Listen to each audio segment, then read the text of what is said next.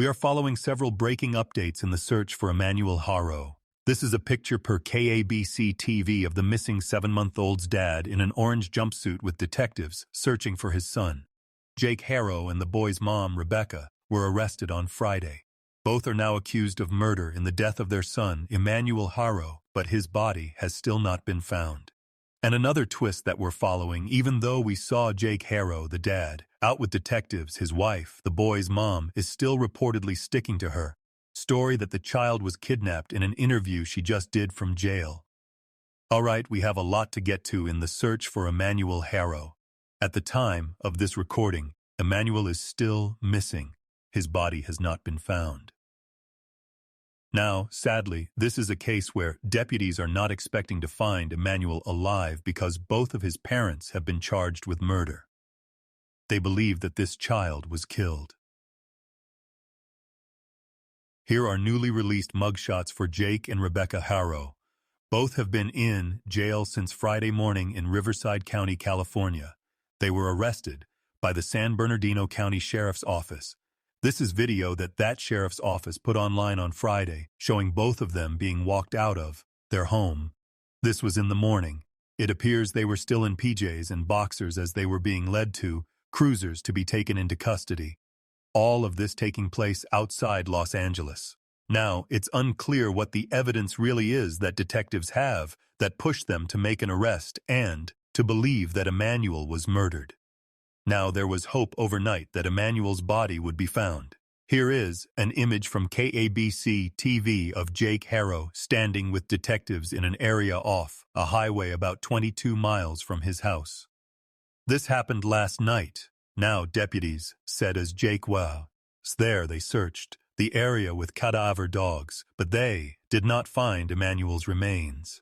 Now, as for Jake's wife, Rebecca, you probably saw her initial interview on KABC, her alleged cry for help saying that her son had been abducted and she was attacked. Here's her story. Got him out of the car seat and I laid him down and so I could get his diapers ready and somebody said, "Hola, that's all I remember."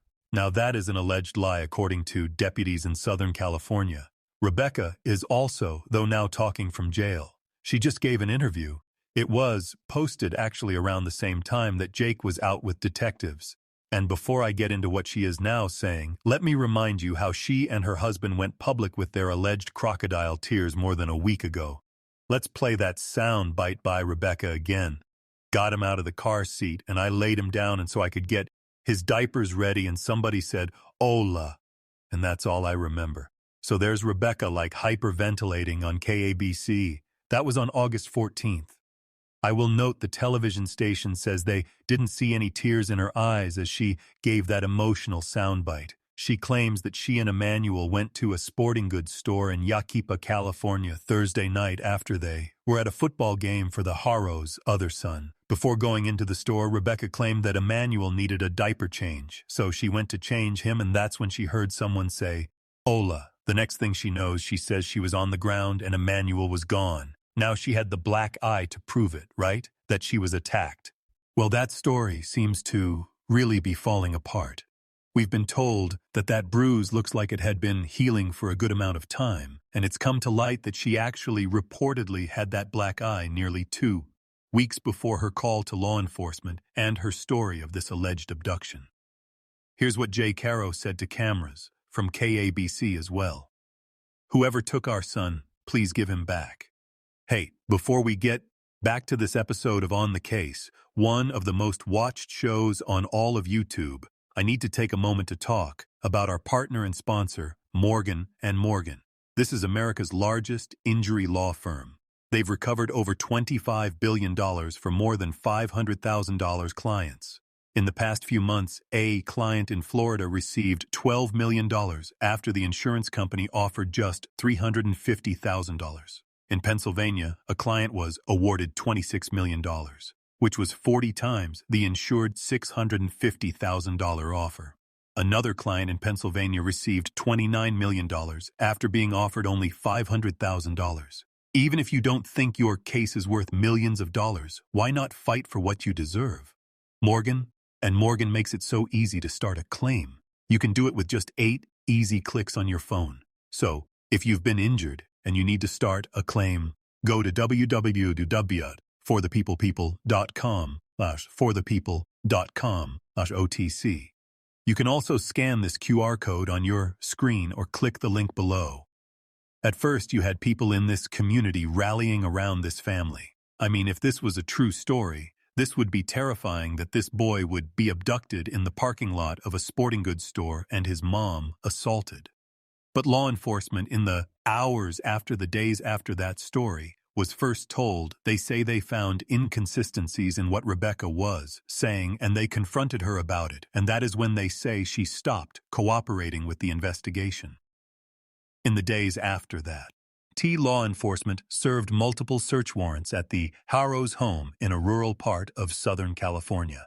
You're looking at drone video here by missing persons private investigator Steve Fisher, who has come on this show multiple times with us as he has been following this case from Southern California. You can see members of law enforcement in this drone video taking bags of evidence from around the property. Now, this couple in TV interviews, they appeared to be a unified front sitting next to each other, calling for more to be done in hoping that their son could be found.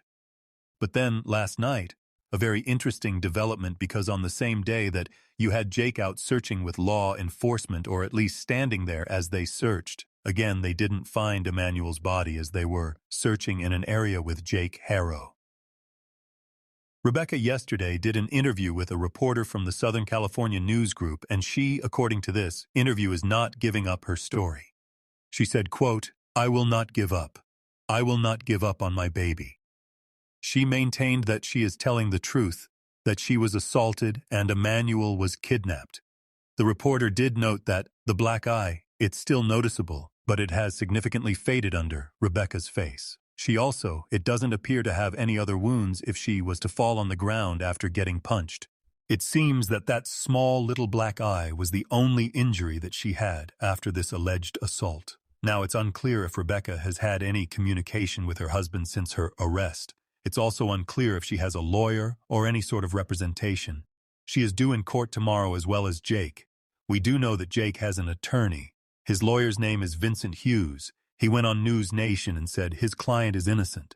Asked why more wasn't being done by law enforcement to search for a boy that his client said was kidnapped and missing. He said his client was cooperating with law enforcement. Here's more of what he said. Why have Rebecca and Jake stopped cooperating with the police if they're desperate to find the baby and the police are looking for the baby? I don't know where the statement that they've stopped cooperating came from. Ashley, I spoke to the detectives yesterday, offered for Jake to continue to speak with them, have not been made aware of any requests today to speak with Jake. I don't represent Rebecca. That needs to be very clear, but I have not been asked to produce Jake. I offered to produce Jake. They voluntarily turned over all of their electronic devices, including the passwords. I think that's something that's huge that nobody had been made aware of. Now, that interview was prior to Jake's arrest. When his client was arrested, we reached out to Hughes' office. We spoke to an assistant who said that he would get back to us, and we have not heard back at the time of this recording. There are several major questions that remain unanswered right now in this story. The biggest ones, of course, where is Emanuel? What happened to Emanuel? But it's also unclear the last time anyone saw this boy. True crime blogger Annie Elise told News Nation that it's been at least a month, according to people who she has spoken with. It's also been reported that people didn't see Emanuel at that football game that his mom claims they were at before she says she was assaulted.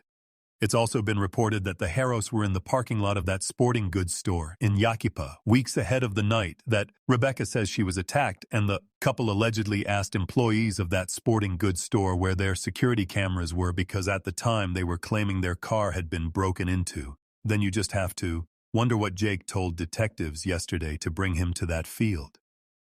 Was he just toying with them, or does he truly know where Emanuel's body is? And is he completely splitting from his wife's story that she was attacked? Now, while we're here talking about Jake, it's also important to talk about his history. In 2018, he was arrested for willful child cruelty. He was convicted of that in 2023, and he's currently on probation, and that has raised a lot of questions for prosecutors and how he was able to get that deal. The Daily Breeze media outlet has an affidavit from that case. It says that Haro's 10-week-old daughter was sent to the hospital with fractured ribs, just 10 weeks old. True, crime blogger Abby Blavey spoke to the adoptive mom of that little girl who's now 7 years old. And the woman says the girl's blind. She can't speak. All because of what Jake Haro allegedly did. Haro also was expected in court next month for allegedly violating his probation on that case for having a firearm. Now he is charged with murder, just like his wife, and both are due in court tomorrow on those charges in Riverside County, California, as the search for little Emanuel continues. Joining us now once again is missing persons private investigator Steve Pfizer, who has been following this case on the ground in Southern California. And Steve, right now you are where we see these images of Jake Haro yesterday with law enforcement. They weren't able to find Emanuel here. What are you seeing out there right now? Well, I haven't seen any search parties out here today. If they are, they're not in the immediate area. Right behind me is, they're just over that ridge. I've been taking a look by drone. There's not anything going on in there. It was really kind of a bizarre circumstance yesterday, with what happened. What do you think? I mean, we can only know, only detectives at this point know what Jake Haro told them in custody that got him the opportunity to go out to this area. And there was this hope that this was, in a very sad case, the potential that we could find Emanuel's remains, and it didn't happen. I guess, what do you make of that? Because, I mean, at this point, Jake Haro is accused of being, he looked right into the camera as if that there was a kidnapping, so he's not someone to trust. But what do you make of the fact that nothing seems to have come of that whatsoever? It's not a regular thing, inmate to be taken out of custody like that and be taken to a crime scene location. It's in rare circumstances, in cases where, body's hard to find. I don't think they would bring him out here, and really felt confident in the information, whatever information he was giving them, and that it's bizarre. And they didn't seem to spend a whole lot of time here either. They wrapped up fairly quick. You would think that if he was like, I know it was this general area, they would have left search and rescue out longer, left cans out longer. We saw detectives searching out in the field for a while. I don't know. Maybe they weren't looking for some other type of evidence. Maybe it had been moved. Maybe there's a cell phone. Maybe there's something else. Although they did have, canines out. So it's strange. If it seems like they gave up fairly quickly or lost faith in his statements fairly quickly. Steve, the next question is a pretty morbid question, but that's the direction that this story's taken now that it's a murder investigation. It's unclear when the last time anyone saw Emanuel Haro. It's been speculated at least a month. I mean, long before this alleged story of a kidnapping that his mom said outside the sporting goods store. I mean, realistically speaking, and this is the morbid part of the question. I mean, what exactly could law enforcement find? How much could law enforcement find when it comes to actually locating the remains of Emanuel Haro? Well, it's going to depend if he's above or below ground. So let's say he's above ground, which is what it looked like how they were looking yesterday. This is, we've been in a heat wave here, and this is already a hot part of Southern California. So 100-degree weather, if it's been a month of small child, the decomp process will happen pretty quick.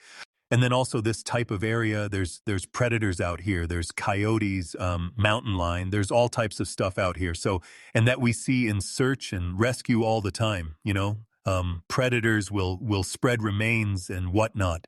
However, cadaver kinds can still pick up that scent and, so they would be able to find something and from there kind of piece it together. That was going to be my next question, just because I think for us on the outside, we probably take for granted how effective a dog can be in a search. I know the dogs were at the Haro's home when they were looking for evidence there. I mean, how long ago could a body have been put somewhere, and for a cadaver dog still to pick up on a scent? Oh, cadaver dogs can pick up 100 years old. They train them on Civil War stuff. It's amazing what they can do. But, the canine is just doing a task, gets playing a game. It's really the handler has to be just as well, trained as well, because if they're not picking up the detections from the canine, it's a little different with cadaver dogs or HRD dogs. They don't just trail right to a location of a body. I mean, I've been on searches before where a person's been missing a long, long time, and that those cells, that scent that the canines are trained to pick up on, has actually gotten into the soil and grown up into tree roots, and so they'll hit on. You have to backtrack. So it really depends on the situation. But now, something like this where we're talking about something that's been out here a month, it's going to be a lot easier. But I have also been on searches where, canine handlers clearly have missed, the signals. I think that happened in the Chris Watts case. I didn't really follow that case too closely, but I heard that was, something that happened there. We were talking before we started recording just a little bit about the jurisdictional aspects, how this is going to play out, because tomorrow is when both of them are listed, according to online court records, to be in Riverside County, California, in court, but their court people could not confirm or deny whether or not that's actually going to happen. San Bernardino County is the agency that arrested the couple. They have been working the case since Rebecca Haro claimed that she had been assaulted in the parking lot in Yakapa. How could that come into play? Just with how the area and the jurisdictions and the lines and everything that's kind of playing out with this.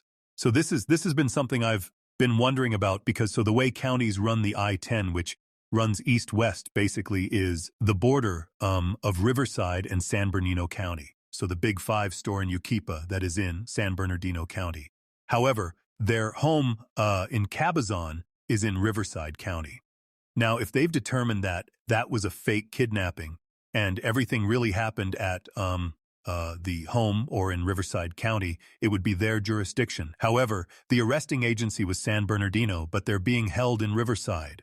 So I don't know, unless they're doing this, is a multi-jurisdictional, or if they're still working out who exactly is going to prosecute this. I'm not sure, but it seems that it's the charges that were filed, were filed by the Riverside County DA's office. But with San Bernardino being the arresting agency, so I'm not 100% sure. It's confusing, right? And it's interesting too, and I know we've talked about this, that it was Riverside County that dealt with the case involving Jake Haro in his previous child cruelty case dating back to 2018. So and there's a lot of questions there about how that played out as far as this case still.